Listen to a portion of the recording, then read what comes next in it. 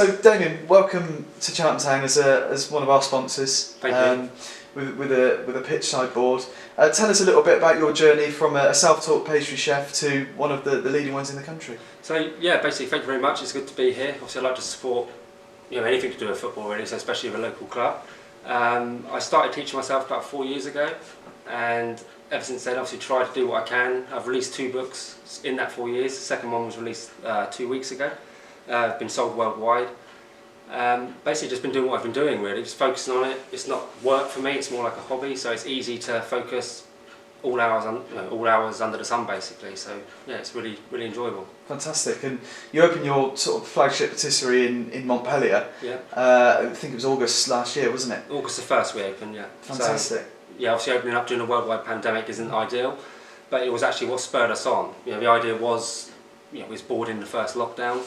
It got to, say, May sort of time, so we decided from May to find a shop, open as soon as possible. So we moved up to Cheltenham from where I was living in North Devon, found the shop, moved into a flat. Within a month we had the shop open, up and running, so it's been good ever since. What was it about Cheltenham that sort of attracted you? For me, I've got a fond relationship with horse racing. That was not the reason, but that's a nice reason. I tell people why we chose Cheltenham. But it's also the connections. Obviously, we do a lot of things outside of the UK. It's close to Bristol Airport, Birmingham Airport as well, obviously.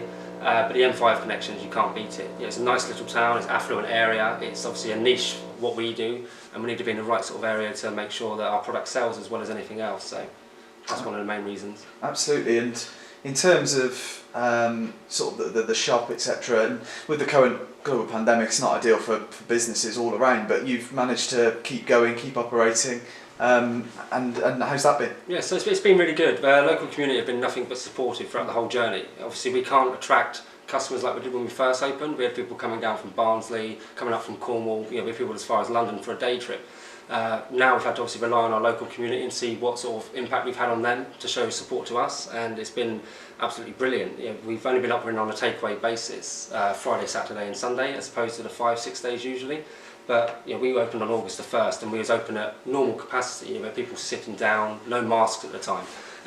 But was it 2 Saturdays ago, I think takeaway only, serving out of a hatch, we had our busiest ever day. So it shows the support from the community is far beyond what we've exceeded anyway, expected, sorry. So it's been very good. Brilliant. And as well as the 2 books being published, you've also built up quite a strong following on Instagram as well. Yeah, so I say this to a lot of people, a lot of chefs I speak to say, how do you build up a following? And I said, no disrespect, but if you're filleting a piece of beef, no one wants to see that, really. Obviously what we do, everything is what they call Instagrammable. You can take a picture of anything we do, whether it's chocolates, macarons, cakes.